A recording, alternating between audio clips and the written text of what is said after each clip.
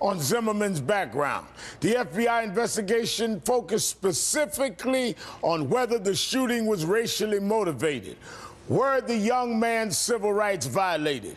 Meanwhile, Trayvon Martin's parents sent a letter to the Justice Department asking for a formal investigation of Florida State Attorney Norm Wolfinger's interactions with the Sanford Police Department. The family wants to know why Wolfinger's office chose not to bring charges against Zimmerman, even though the lead homicide investigator in the case apparently wanted an arrest. But the most explosive news today centers on a witness 911 call the night of the shooting.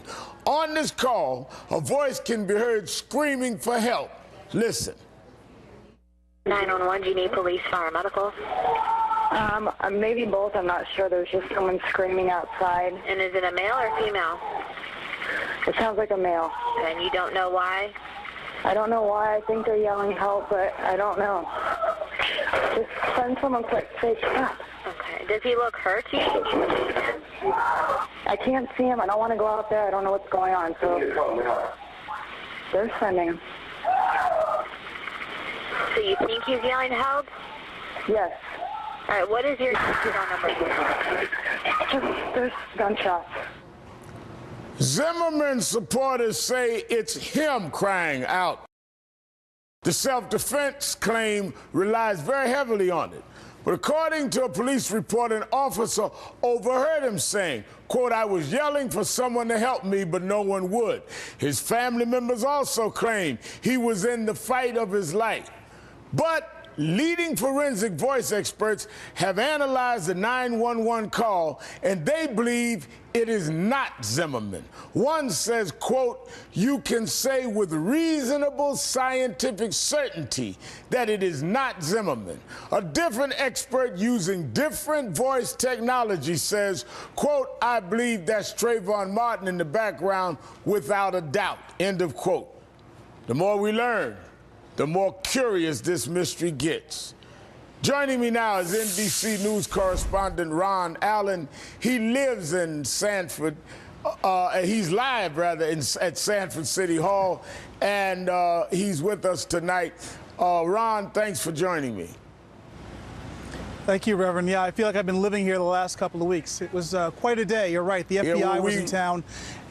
We both feel like we've been teasing each other about living there. But go ahead. What can you tell us now about this FBI investigating and what they're doing down there? Well, I think the FBI being here is going to really help perhaps give some level of confidence to the people in this community that a thorough investigation is going to be done. As you pointed out, they're concerned about whether Trayvon Martin's civil rights were violated, whether there was a hate crime committed, and specifically the Martin family wants them to look at whether or not the chief of police and the state attorney, Norm Wolfinger, were here at the police department that night and apparently, allegedly, had a conversation where they overruled this homicide investigator who wanted to press manslaughter charges against George Zimmerman. Now, the police deny that. Wolfinger released a statement today saying that those were outright lies. It's the first time we've heard from him during the course of this investigation, and it was a very, very strong letter that was a really, really strong pushback about that allegation that the Martin family's attorneys are making. And so we go on. And you're right, those audio tapes over the weekend, the analysis of this was... Ron, is he saying there is not an affidavit from the lead investigator? He wasn't specific. He basically said that the letter, the allegations were outright lies, that this meeting, this communication between the chief and the state attorney, he says it never happened. It's an outright lie. So he's denying the meeting. He's not denying the affidavit and the statement that the lead investigator had said that he wanted an arrest. No. He is, yes, he is denying that that communication ever happened. There's also some reporting that the chief investigator, Serino, is now saying that he never said that he never said that he thought that Zimmerman's self-defense claim was not valid. The other day we were out in the community and we spoke to one witness, a woman, but a 13-year-old boy, and she told us, as she's told others, that she believes that that investigator Serino told her that he did not believe it was self-defense. Yeah, well, so, she yes, told this is me a major that on point of television. contention. She said live on television that he said that, and there's supposed to be an affidavit. So I think the investigation will surface that one way or another. We'll see where that goes. We will, and there's a lot of he said, she said, and the more people here talk about this, there is a real demand for a open public hearing of all these issues. As you know, the prosecutor can decide to send this to a grand jury, or she can decide to indict and arrest herself or not. And I think a lot of people are saying that they would much prefer a process that's open, not a secret grand jury, where all the evidence can be seen in public, because if a grand jury chooses not to indict, it's all done in secret. I don't think that's going to satisfy the demand for justice. There's going to be a lot more skepticism, a lot more doubts, and perhaps worse. Well, we'll be talking about that a lot more on the show. Ron Allen, live from Sanford, Florida. Thank you. Joining me now is Lou Palumbo, retired police investigator and now director of the Elite Group, a private security agency, and in Miami, Kendall Coffey, former U.S. attorney and now criminal defense lawyer. Thank you both for being here tonight. Lou, you've been part of thousands of cases where seeing the pictures of the FBI on scene in Sanford, when you look at these pictures, what do you make of it? Well, I can tell you apparently that this case hit a certain threshold that the FBI now has interest in it. And what they're going to do is now go back and try to recreate exactly what happened that evening. The one problem, Reverend, is the fact that the forensics are gone. They're going to have to rely upon the forensics and crime scene analysis conducted by the Sanford Police Department, as well as an autopsy report. Now, when you say the forensics are gone, what does that mean? What exactly are you talking about? I'll give you an example. For example, if we were to find out that Trayvon was shot and the bullet was a through and through. In other words, it entered one side of his body and exited the other, and we found the bullet lodged in the ground and it was recovered, we'd be able to determine the fact that he wasn't on top, but he was on the bottom. The entry wound, the distance or proximity in which the weapon was discharged in the direction of Trayvon. All of these things are very relevant when you're trying to explain to someone that you did this in self-defense, compounded by the fact that's no longer possible. Well, I'm not going to say it isn't. Oh, it's more difficult. It's more problematic. Okay. And a lot of it now is predicated on the thoroughness, the comprehensive approach that the Sanford Police Department implemented in gathering this information, their forensics and their crime scene informations, and the photographs that they should have taken and how the body was marked off and so on and so forth. It just makes it the reality of a crime scene is that you have about 24 to 48 hours before you have contaminants set in. Weather changes, the introduction of investigators, and now we've had about a month go by. So it's a little more problematic. As we heard earlier, though, Reverend, they're also going in there and they're readdressing all of the witnesses to get their own pitch on exactly what each one of them saw. So now, Mr.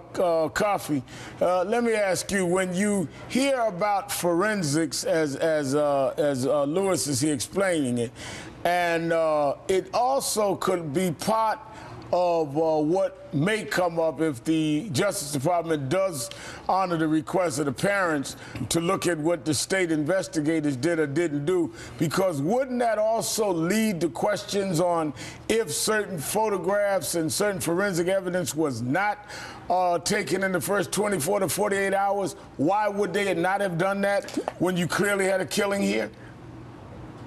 Well, I think it will indeed further fuel what we've described as the investigation of the investigation. And that in itself is going to take on a life of its own and have some very serious questions. I agree with the comment that when you don't have an exhaustive, painstaking evaluation and collection of all the forensic evidence immediately available, irretrievable damage is done to an investigation. So as much as the FBI and the Justice Department might now examine the quality and other aspects of the investigation that was done by Sanford and the state attorney. The reality is not much of that is going to help the family of Trayvon Martin, because they're looking for justice with respect to George Zimmerman.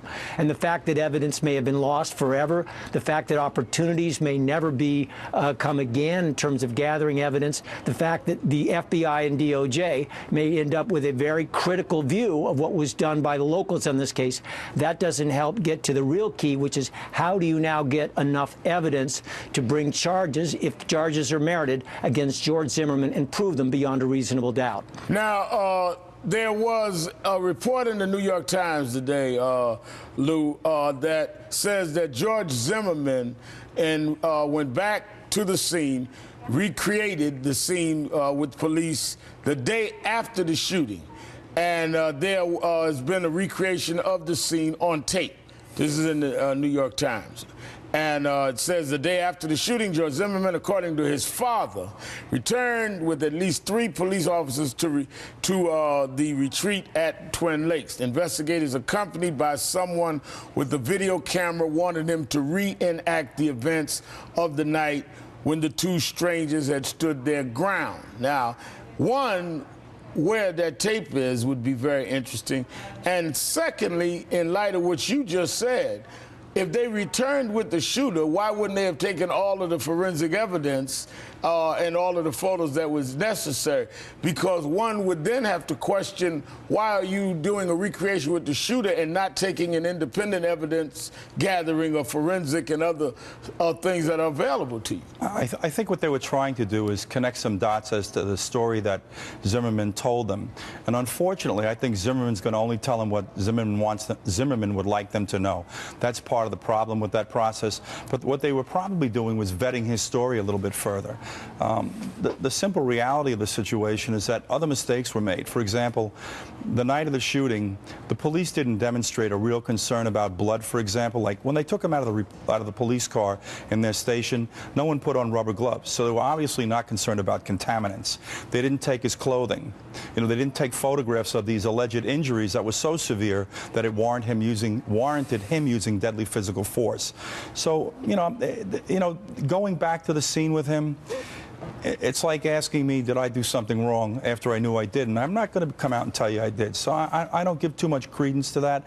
I think the sum and substance of this whole problem revolves around how thorough they were that first 24 hours. And if I recall correctly, it indicated there was precipitation that evening, which in itself causes problems. For evidence, yeah.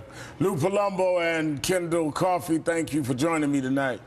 Ahead, the mystery surrounding the Trayvon tragedy grows. Why did they let Zimmerman go? Trayvon's parents are demanding answers and calling on the Justice Department. Plus, new tapes released from the Fire Rescue Dispatch could shed more light on Zimmerman's state that night. And some in the right-wing media have politicized this case. I say it's time to come together for America's future.